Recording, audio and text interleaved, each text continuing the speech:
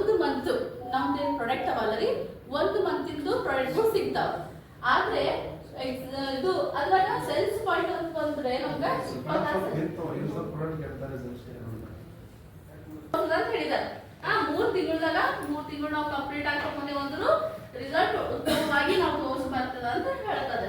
ಅದ್ರ ಕಡೆ ನಾವೇನ್ ಮಾಡ್ತೇವೆ, ಕೆಲವರು ಒಂದೇ ತಿಂಗಳು ತಗೊಂಡಿರ್ತಾರೆ.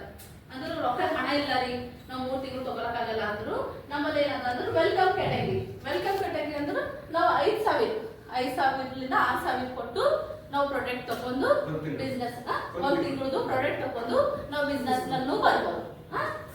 ಆಯ್ತು. ವೆಲ್ಕಮ್ ಇದು ಎಕ್ಸಿಕ್ಯೂಟಿವ್ ಕ್ಯಾಟಗರಿ, ಇದು ಸೆಕೆಂಡ್ ನಾವು 10,000 2 ತಿಂಗಳದು ಪ್ರಾಡಕ್ಟ್ ತಗೊಂಡಿವಿ ಅಂದ್ರೆ 10,000 ರೂಪಾಯಿ ಇದು ಬರ್ತದ್ರಿ.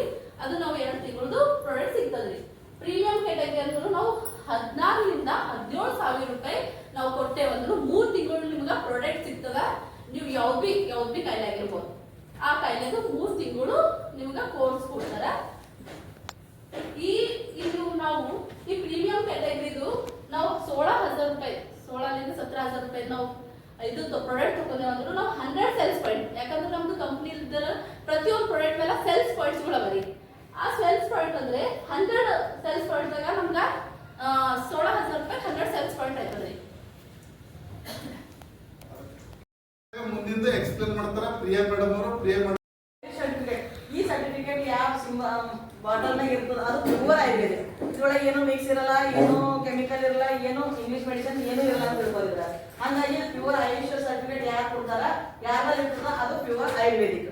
ಅದ್ರಾಗ ಆಯುರ್ವೇದಿಕ್, ಯೋಗ, ನ್ಯಾಚುರೋಪತಿ, ಸಿದ್ಧ, ಹೋಮಿಯೋಪತಿ ಇವೆಲ್ಲ ಹಾಕಿ ಮಾಡಿದ್ದೆ ಆಯುರ್ವೇದಿಕ್ ಪ್ರಾಡಕ್ಟ್.